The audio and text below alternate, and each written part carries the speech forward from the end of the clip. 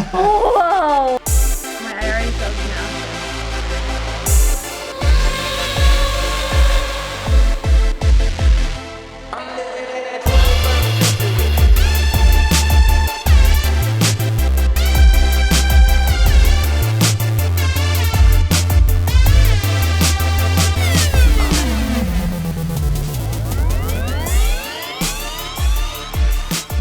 Hey there friends, I am absolutely blinded right now by this beautiful afternoon sunlight, but not upset about it because man, it feels good and I spend too much time locked in this cave. I come to you today with a brand new toy that I'm very excited about. This is DJI FPV, the first of its kind, consumer level, plug and play FPV drone. I've never flown an FPV drone. Usually to have one of these things, you would have to build and solder. I was always super fascinated, but just didn't have the time for it. A few things stood out right off the bat as a first timer. Really? I was a little surprised by the amount of cables involved. I didn't expect the goggles to be tethered to its own battery. Cordless. That seemed kind of awkward. But wow, that is heavy. But hey, I'm sure there's a good reason for it. I also realized the image looks blurry without wearing my glasses, so unfortunately, I need to keep them on. We're going to be trying the Simulator app. Anybody can download this app for free without any of their products. I recommend doing this before putting a drone in the air. Oh, another crash. The biggest thing I learned from that process is how bad I get motion sickness. I'm not sure if it's just me, but it was pretty bad. Which is pretty ironic once you know about my other hobbies. The next morning I took it outside for my first real test flight.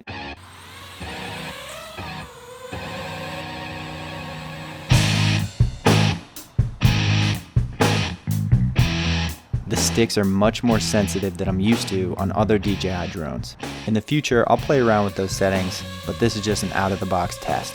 I got comfortable pretty quickly getting up close to objects, maybe a little bit too comfortable.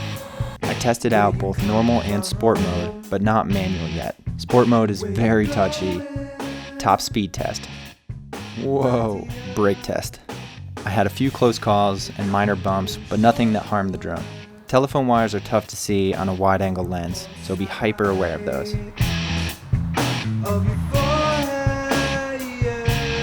Something else that was surprising is you can actually see the propellers and the edges of most shots, unless you're going really fast.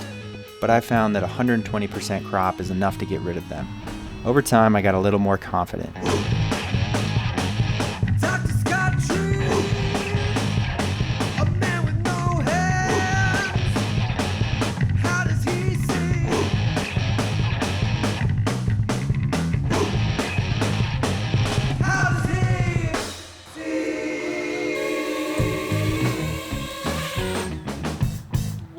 I would definitely be scared of it if it wasn't mine. Feels like I'm operating some like secret spy weapon. Signal never drops out. Pretty awesome. That's crazy. I just came to Lake Hodges Bridge. This is officially my third flight. I think this location is going to be really cool for it.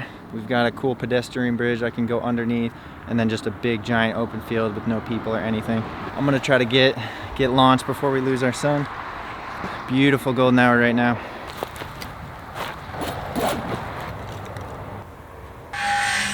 I don't know if I'll ever get sick of that. No SD card. Wow. Seriously, thank goodness. This is the most clutch thing that I ever decided to do, was keep one spare SD and micro SD card in my wallet at all times. I just used both of them because I forgot any cards. Luckily, I've got it. I'm clear. Hallelujah.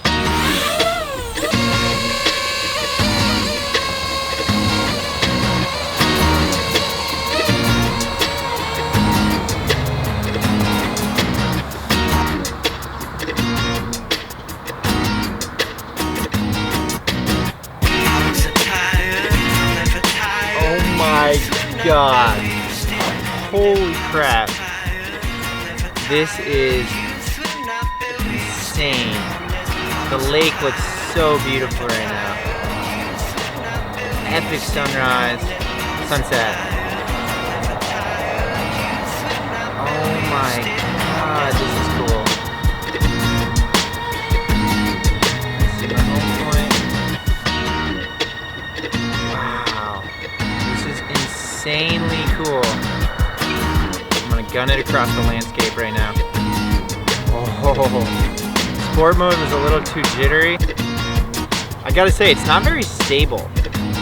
The image is like pretty jittery.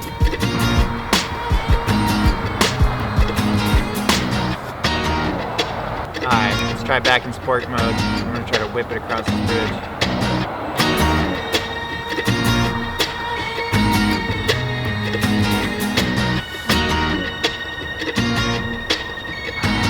Beautiful.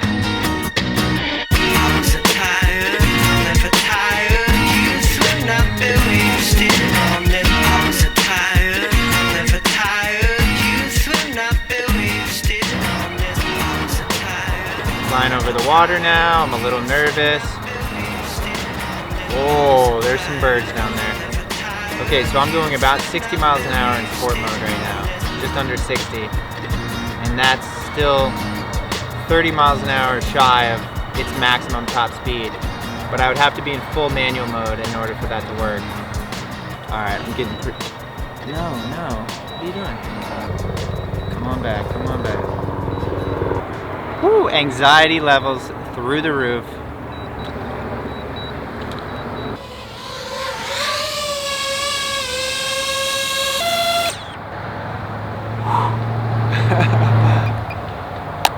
Wow. I'm just so excited about this. I wanted to fly, I wanted to talk about it. Pretty good place to pilot, although there was people walking by, so it was kind of distracting. Because like you're in your own little world, but it also just makes it really awkward to transition out of it. It was absolute chaos with those goggles, and I just couldn't escape them, and it was very awkward. That's not optimal. I know you're fitting a lot in there, but it would just be nice if they were a little more lightweight. I'm sure in the future these will become way smaller. We're gonna look back on these and be like, holy crap, that is goofy. Look how big and bulky they are. I see this beautiful scene, and my instinct wants to capture it the way that I'm used to capturing it, like with a cinema drone, where the horizon is perfectly level, and you have very slow, graceful tilt up with the camera and reveal the sunset, reveal the river. But in this case, it's so chaotic. Like you're flying so fast and it's so sensitive and it's very jittery. The point is not to go up, 300 feet, look at a wide shot of the landscape. I feel like this drone's purpose is for that up close and personal. Really intricate maneuvers, tight around your subjects, and especially with the wide angle, it feels like I'm controlling like a little bird or a fly. It might seem stupid or risky to get low to the ground. That's what makes it look so cool, is when you're flying very close to your subject. It appears to be moving faster in the frame. That's the whole point in having this drone. You're gonna have to risk it. Oh man, let's get some light in here. So I would say honestly, in most cases, my other two drones, the Inspire 2 and the Mavic Pro 2, those will be the best tool for the job. Those are the ones that I use the most often. The other occasions where this would be an incredible tool are pretty much anything action related, chasing down a vehicle or a car. But the truth is, I don't shoot a ton of action. I mostly shoot stationary subjects. But what excites me about this in my line of work, believe it or not, is actually for shooting architecture. I'm sure you've seen some examples online. I just know moving forward in the future that this is going to be a very popular look. So I've already had clients request shots like that. That's why I think this is going to make a really valuable tool to my toolkit. I know I have to make a lot of upgrades. Currently I only have one battery. I'm almost immediately going to go purchase 2 more. I need a case. So anyway, that's just my first day.